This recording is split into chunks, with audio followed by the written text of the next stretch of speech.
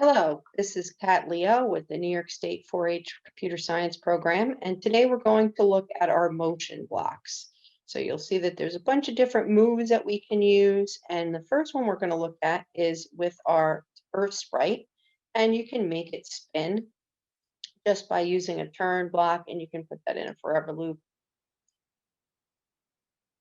You can see that it can spin, and you can slow it and speed that up by changing the number of degrees that you want it to turn.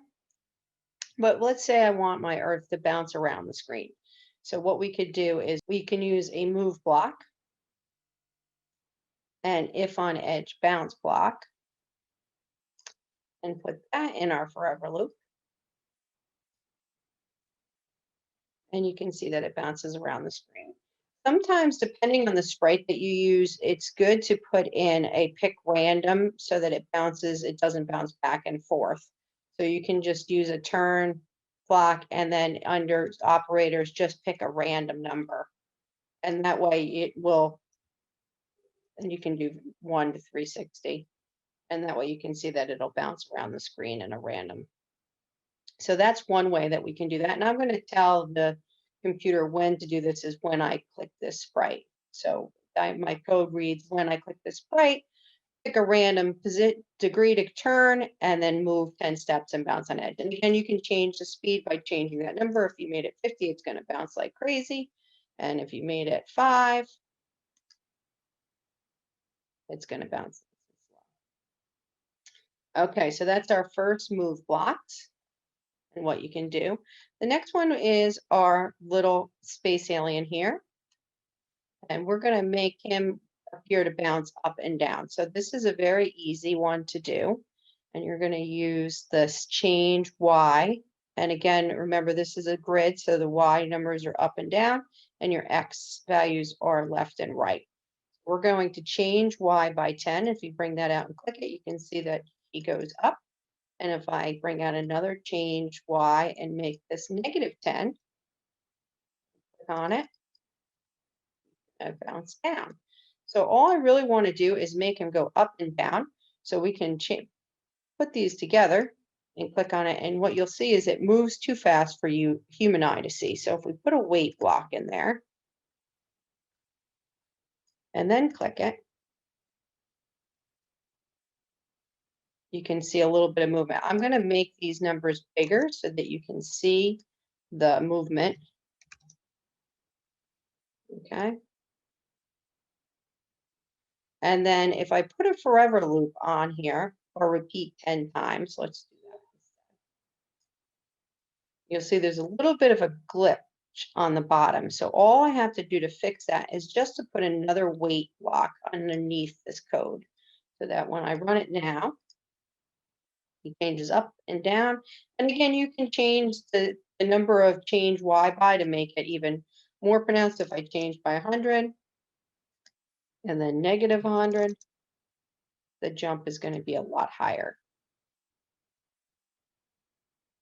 Okay, so we have our little alien friend jumping, and I'm going to put him down over here. We'll make him jump over top of the frog. And again, I will tell the computer when I click this sprite to jump 10 times. Okay, so the next one we're going to look at is our frog and our motion blocks. We have all these glide blocks here, and that's what we're going to use to have him jump up here to glide across the screen. So you have this glide, go to random position, and we can glide to a random position. So if I click this, he just glides to a random spot, and that's fine for some things. But today we're going to actually have him, we're going to tell the computer what positions, where to go and where to glide. So he also has two costumes, a sitting costume and a jumping costume. So we're going to start with the sitting costume. And if you notice my motion blocks, all these numbers will move as I move him along the grid. Because again, this is an XY grid. So if I move him, my numbers here will change. So I'm going to have him start down here in the lower corner and then bring out that go to. So that it already has adjusted the numbers to where I want him to start. And then I want him to change his costume to his jumping costume. And then I'm going to go back up here and have him glide up here. And so again, make sure you move him before you bring the glide block out.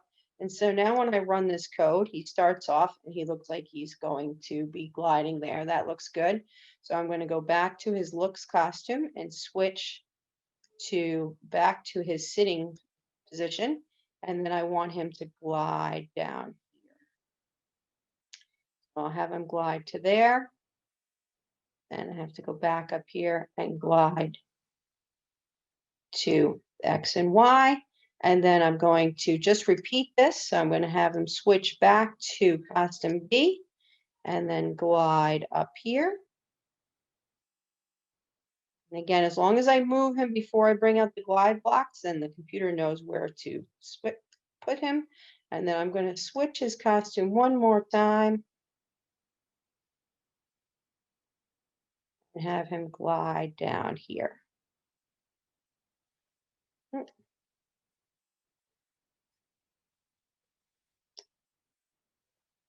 Back up here and have him glide to the corner. And then what I'm going to do is have him hide. So it looks like that he bounced right off of the screen. Let's see what that looks like.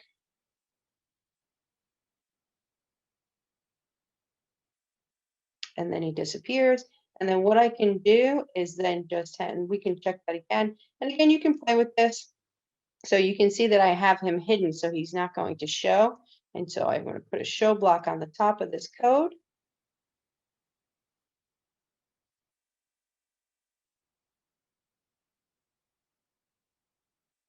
And then we can put that in a forever loop as well, that he continues to jump across the screen.